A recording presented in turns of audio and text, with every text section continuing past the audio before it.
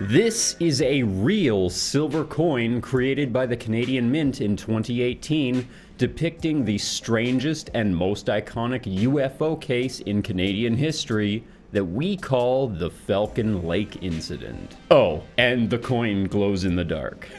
The story from the Falcon Lake incident really does deserve to be commemorated with such a bizarre coin because it's the most unique UFO story to ever be recorded on Earth. And most importantly, this case left behind real physical evidence as well as a mysterious injury on the eyewitness. On May 20th, 1967, in Whiteshell Provincial Park, Manitoba, Stephen McCalloch was searching for silver and other gemstones around Falcon Lake. He thought that he heard a motor running, so he followed the sound until he found two identical cigar-shaped objects maneuvering through the air above him. One of the craft landed nearby, apparently shape-shifting into a more conventional UFO design. Stephen's drawing of the craft appears to depict a saucer with some kind of grid pattern along the bottom surface. As the first craft landed on the shoreline, the second craft flew away. Stephen walked towards the landed craft, trying to get the attention of the crew, offering to help them with repairs as he assumed that they were experiencing some sort of a mechanical failure. As he got closer to the saucer, he started to notice a sulfur smell, and he began to be blinded by the craft's lights. He could hear voices coming from inside the object, but when he looked, he could only see instrument panels, but he couldn't find any people. He tried speaking to the crew in English, Polish, German, and Russian, which made the voices go silent. Stephen described the saucer as being perfectly smooth, with no visible weld marks or rivets, and wanting to admire the craftsmanship, he decided to run his hand across the surface, which immediately made his glove melt. As he stepped back, part of the saucer began to spin, and before he could get out of its way, some form of exhaust or thruster jet blasted out of one of the grid panels on the lower surface of the craft, which nailed him in the chest, blasting him to the ground. The thruster burned straight through his shirts, leaving an injury on his chest in the shape of that grid. He immediately ripped off his burning shirt and left it on the ground with the rest of his gear as he decided to leave. As Stephen hiked back to his hotel, he became very ill with disorientation and upset stomach. As he returned home to his city of Winnipeg to seek medical attention, his symptoms only got worse. He experienced severe headaches, weight loss, an inability to digest food, and the pain on his chest from the wound was so intense he could rarely wear a shirt, regularly displaying his wounds. Naturally, there was a healthy amount of skepticism about this story.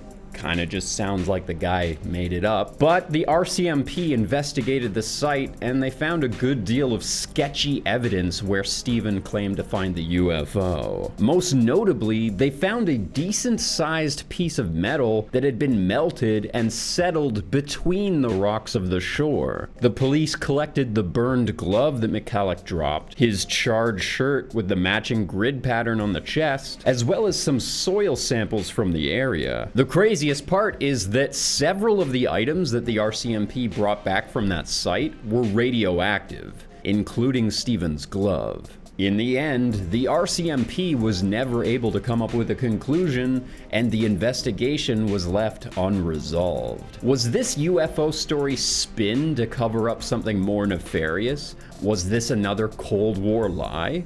Or a genuine visitation from aliens? What exactly did Stephen McCalloch encounter on Falcon Lake in 1967?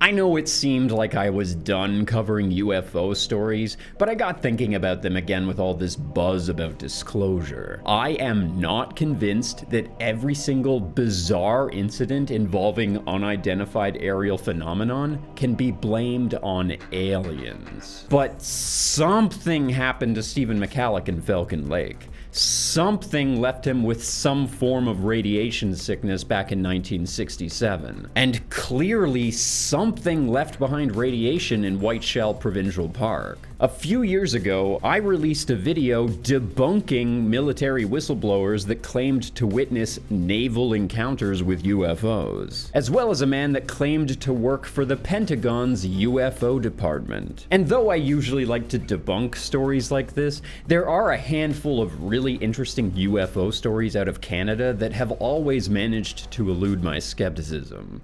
I'm not saying that I believe that it's aliens. No. But I do believe that some of the elements of these stories are true. And the eyewitnesses were almost certainly not lying about what they saw. Stephen McCallick was 51 years old at the time of this incident. But he didn't spend his entire life in Canada. He was actually born in Poland on August 7th of 1916. He enlisted in the Polish army before World War II, getting to the rank of junior officer. And then during the war, he actually fought with a partisan group of soldiers that were described as participating in clandestine operations. And Stephen was separated from his family when he moved to Canada. It actually took him about 10 years of fighting to reunite with them on Canadian soil.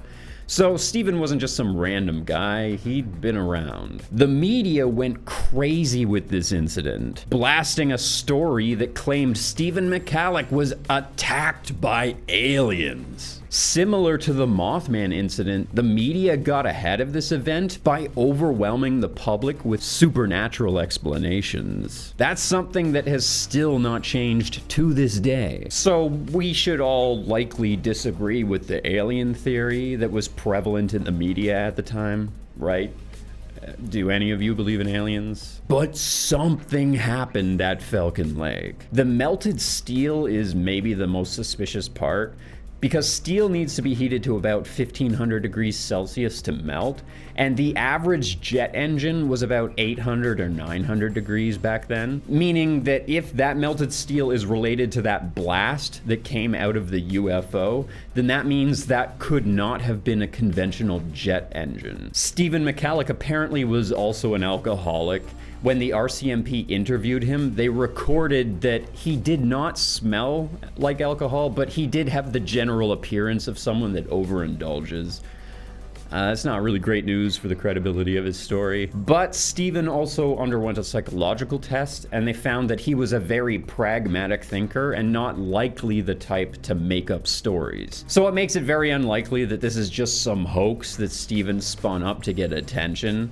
But that still doesn't mean that I think his story is true, if you know what I mean. Stephen maintained his story until the day he died, insisting that the incident was real and it happened exactly as he described. But unlike the media, he didn't believe that the craft was extraterrestrial. Instead, Stephen believed he encountered some kind of secret government technology, a top-secret military flying craft. Several of the details of this story really remind me of the Cash Landrum incident in 1980 in Dayton, Texas. Betty Cash, Vicki Landrum, and her grandson Colby were driving home in an Oldsmobile Cutlass around 9 p.m. when a large diamond-shaped craft started hovering across their path on the road. This UFO was about the size of a water tower, and most importantly, it was ejecting some kind of a flame downwards towards the ground. Landrum told Cash to stop the car because she was worried that they would get burned if they got any closer, but she also thought that it was some kind of sign of the second coming of Jesus Christ. She said, quote, "That's Jesus. He will not hurt us."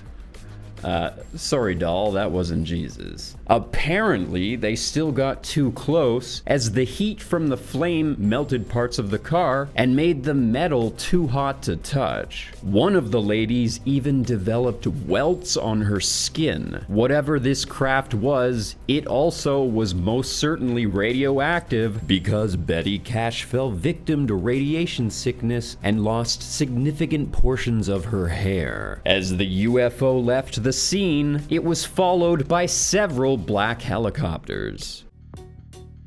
Okay, so I find the detail of the UFO shapeshifting from a cigar to a disc as it's landing really frustrating.